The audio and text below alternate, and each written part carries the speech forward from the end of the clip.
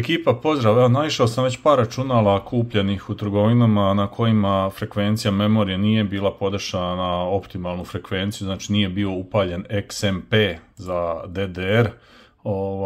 Uđite u upravitelj zadataka, provjerite na kojoj vam frekvenciji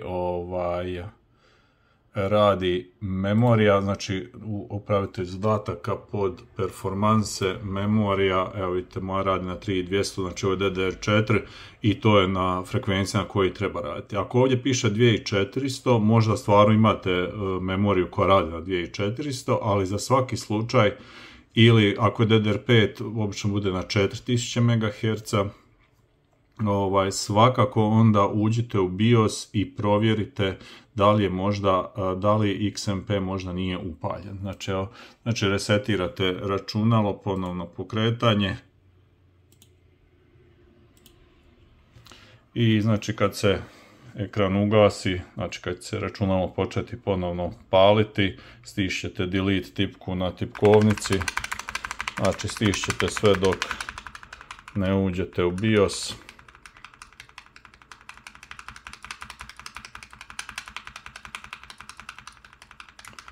I ovdje piše da pritisnete F2 or delete, ovo je ASRock matična.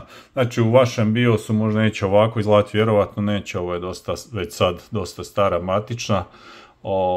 Ali imat ćete možda prvo simple mod, pa morate ući u advanced mod negdje, ali evo, znači pogledajte uputama od matične ako ne možete pronaći, ali evo, znači uđite u advanced mod i ovdje je pod OC tweaker, znači ovdje vidite load XMP settings, učitanje XMP profil 1. Neke memorije imaju više XMP profila pa možete probati. Nekad XMP profil neće raditi, znači ovisno o kombinaciji matične procesora, ne znam i koja je memorija, možda vam neće raditi, ali onda samo većinom se matična sama resetira i ugasi XMP ili možete ući pa sami ugasiti. Znači, ali evo, znači trebalo bi raditi. To je to. Znači kad ste upalili u XMP idete na exit, save changes and exit. I to je to.